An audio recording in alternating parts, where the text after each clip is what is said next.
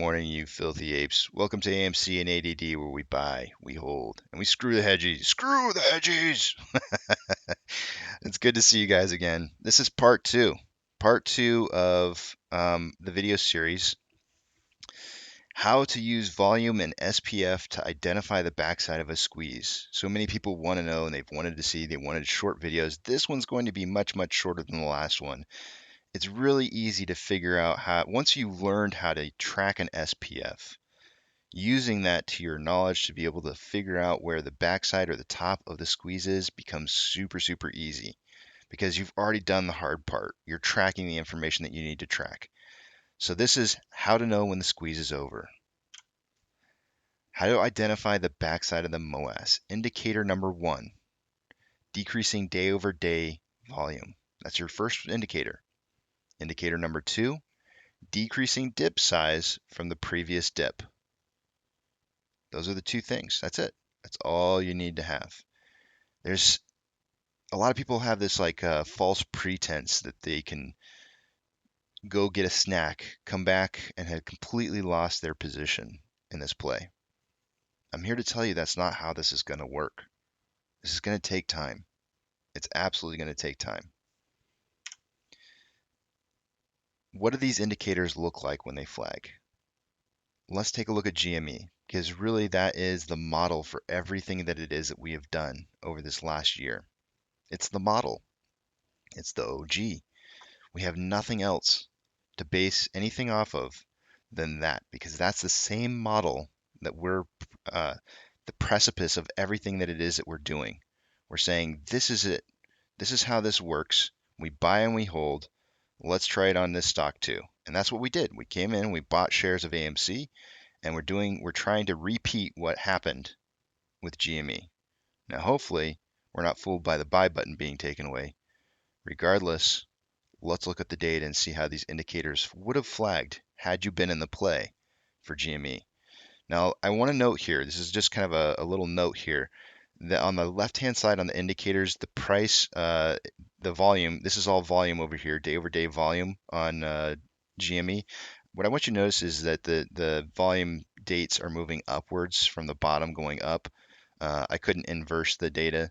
I probably could have just thrown it in Excel, but then I actually pulled this data from someplace, from I think Yahoo or something like that. So I just want you to know this is not my numbers here. This is pulled from someplace else. The dates are my numbers, but I put them up here so that you could see that it was inverse. So the very bottom is where the most earliest date is tracking. So you're reading from the bottom going up. So on the 20th, volume for GME was 33.4 million shares traded for the day. 21st was 56.2. 22nd was 197.1 million shares traded. Very, very high. Super high. Then they let everybody sit on that for the weekend, because you'll notice the date skips from the 22nd to the 25th. Everybody had to sit 2 days through a weekend. Painful. Kind of feels like how it does this weekend. Having to sit through a large couple days of volume and then seeing something happen, waiting for something to happen the next following day. Well, here you have 125. The market opens up. You'll remember 125 was also that day that I showed you guys at the end on GME, where a lot of apes got fooled. Volume started to decrease. Volume went from 197 down to 177. This would be one of the first indicator trips that you have for trouble, right? Meaning that you're on the backside of the MOAS. Why do I have two indicators? Because you really need to track this, because you don't want to be one of those people who gets fooled as volume is dropping day over day. Because look what happens the very next day. The very next day, volume drives back up again over the previous day to 178.5 million. Then volume really starts to drop down to 93 million, 58, 50, it's over. So now looking from the top going down instead of the bottom going up, you'll see my dates here on the tracking of the SPF. We're looking for decreasing percentage from the previous dip. So if you look at here, I have the 25th marked in here. I've got 136.65, 159.61. Those all occurred on the same day. Those first top four boxes, and look how much price was moving. 149% down 52%. The dips is what I'm looking for. Notice on the 25th, the very first dip is 52.2% there. Then it goes to 61.6. Then you have 50.1. Bingo. There's your first flag. It happened on the 27th.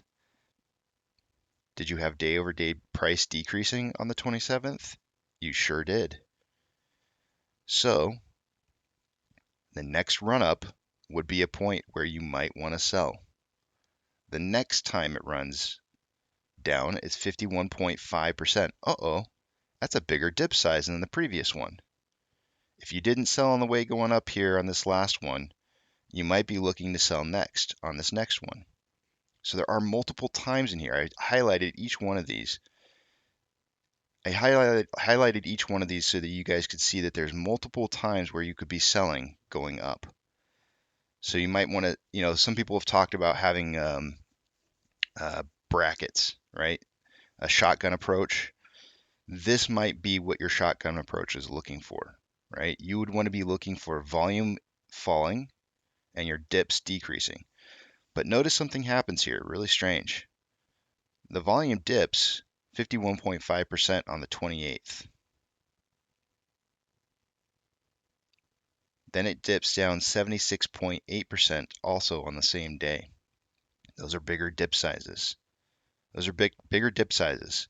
You can find another spot on here where the price rises back up to within 25 to 15% of the total top and still be able to get out on an upwards trend. There's plenty of times. There's 3 times. Here's the highest, 514.50, 482.85, and 437.99 are both very, very, very close. And you have your indicators flagging at the same time. Both your day over day volume decreasing and your dip size is starting to decrease. You can have both of those things happen and still get back up to a price selling on an upwards trend that takes you to within 25 to 15% of the top. I think it's important for me to try and hold as long as possible because it doesn't matter how many shares I have. What matters is that I'm holding for everybody else and I'm not just trying to get mine. If we want to see margin calls, the only way those are going to come is by getting this price as high as we possibly can. So if we have a lot of people who start selling out too early, back here on 125, when volume starts dipping, it's going to hurt. It's going to hurt the whole movement. And that's going to be way early at $150. These indicators are very good indicators. If you're tracking SPF, if you're not tracking SPF, all you're going to be able to go off of is indicator number 1. Having that secondary indicator to help you keep you from selling too early is really what you need to have. It's your fail-safe. It's to let you know, okay, yes, volume decreased, but we're still increasing in dip sizes. It's supply and demand. That's all I really have for you guys. If you can understand how to track an SPF, and if you can understand how to monitor day over day volume or daily volume intraday, which we do every single day on the show, you'll have a much easier time finding the backside of this MOS. I hope you guys don't have a good day. I hope you have a great day.